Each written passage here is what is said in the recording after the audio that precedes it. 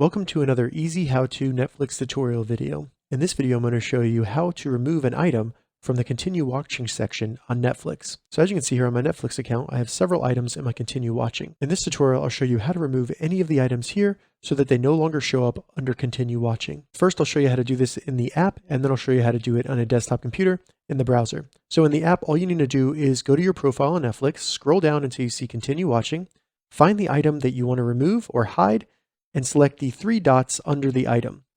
This will open up a new menu for that item. Simply select Remove from Row. And as you can see, remove this title from Continue Watching. Confirm you want to remove it. And then there you go, it has been removed. To remove an item on Netflix in the desktop browser, such as a Chromebook or a computer, what you want to do is go to netflix.com, log into your account, then scroll down until you get to Continue Watching.